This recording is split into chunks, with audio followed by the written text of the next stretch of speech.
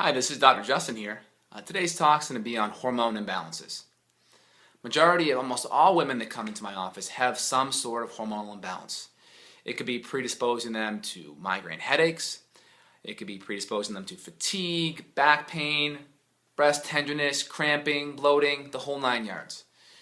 So what I tend to see is these women then maybe have come from me from a medical doctor, done other solutions maybe in the conventional medicine route.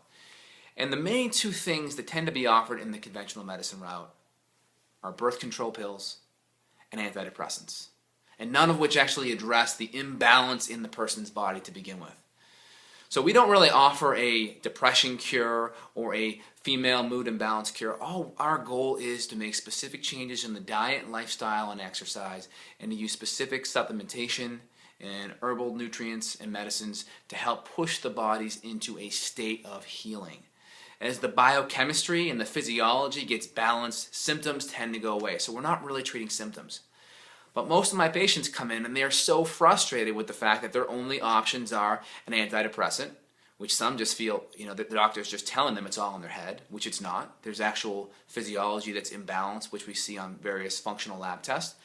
And we also see the birth control pill, which has a lot of side effects in itself, which could be weight gain, which is one of the most common ones. But again, there is natural alternatives that really make sense here. So what we see is that one of the most common issues that throw hormones off is stress.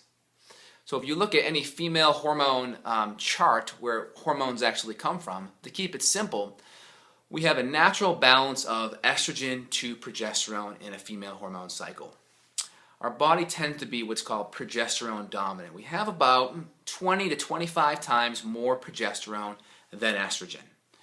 And what happens is as we become more stressed, whether it's sleep factors, diet factors, nutritional factors, xenoestrogens or hormonal environmental stressors from plastics and from pesticides and such, these throw off our hormonal balance. So what we start to see is we see an increase in estrogen over progesterone. This causes a state called estrogen dominance, all right, or we have a state of progesterone deficiency. So one of the first things we see is progesterone. Actually, one of the precursors to progesterone is a stress hormone called cortisol.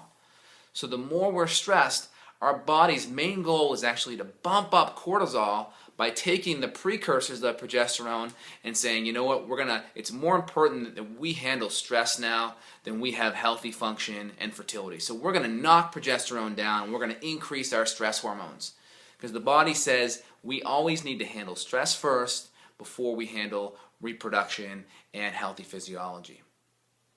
And that's fine, but again, if we want to get pregnant, if we want to have optimal health, we need to recognize these imbalances so we can increase our progesterone naturally and put our cortisol back into balance.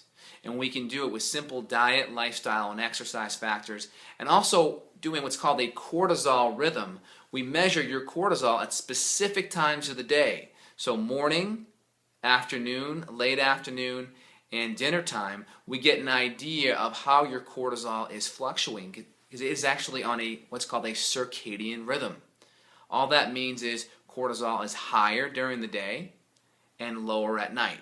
So higher during the day to give us energy to wake up and do the things we have to do, and lower at night so we can go to bed and relax. And the more we stress ourselves and we throw that imbalance off, we tend to see cortisol lower in the morning, meaning we wake up with more fatigue, and higher at night, meaning we have a hard time going to sleep. So those are some of the main issues we see coming from hormonal imbalances. We see this flip-flop or imbalance in the cortisol rhythm, and we see this state of estrogen dominance, meaning our progesterone is making more cortisol and our estrogen starts to creep up just a little bit, and that throws our hormones out.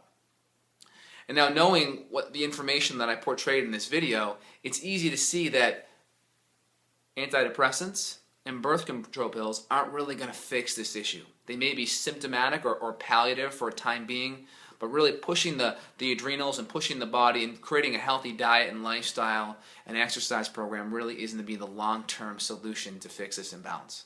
Any questions? Please visit justinhealth.com or email or call the office. Thanks. Have a great day.